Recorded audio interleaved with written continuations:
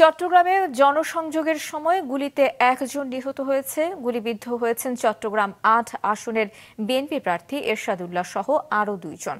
সন্ধ্যায় পূর্ব বায়াজিদের হামজারবাগ এলাকায় এই ঘটনা ঘটে।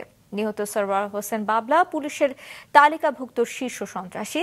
ইদানিং তিনি নিজেকে বিএনপি কর্মী দাবি করতেন। এ ঘটনায় তীব্র নিন্দা জানিয়ে জড়িতদের দ্রুত গ্রেফতারের দাবি জানিয়েছেন বিএনপি মহাসচিব। চট্টগ্রাম থেকে স্টাফ রিপোর্টার মোহসেনাত শিহাবের পাঠানো তথ্য এবং ছবিতে ডেস্ক রিপোর্ট।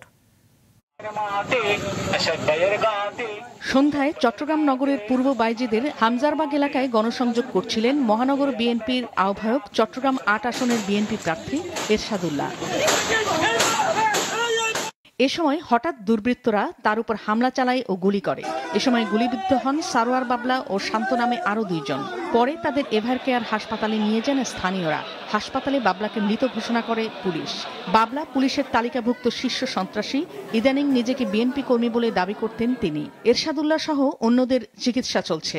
এখানে উৎপাদে থাকা দুষ্কৃতিকারীরা আমাদের নেতার প্রোগ্রামে ঢুকে ব্রাশফায়ার করে।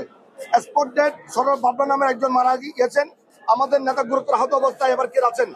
আমরা এই হামলার তীব্র নিন্দা প্রতিবাদ জানাই। মসজিদ থেকে নামাজ পড়ে বের হওয়ার পর দেখি একটু পর একটা দোকানে আমরা লিফলেট নিয়ে গেছি।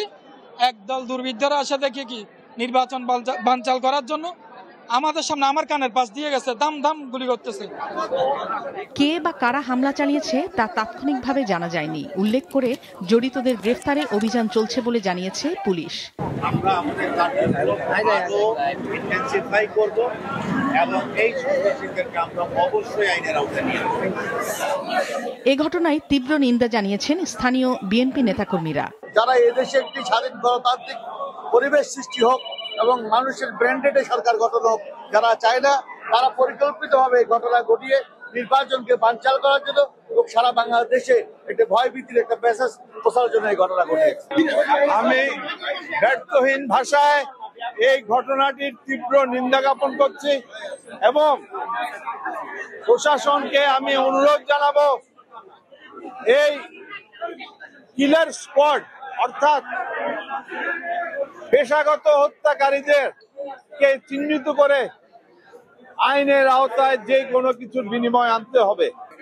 এ ঘটনায় তীব্র নিন্দা ও উদ্বেগ জানিয়েছেন বিএনপি মহাসচিব মির্জা ফখরুল ইসলাম আলমগীর। এরশাদুল্লাহর গণসংযোগে হামলাকারীকে অবিলম্বে গ্রেফতার করে আইনের আওতায় নিয়ে আসার দাবি জানিয়েছেন তিনি।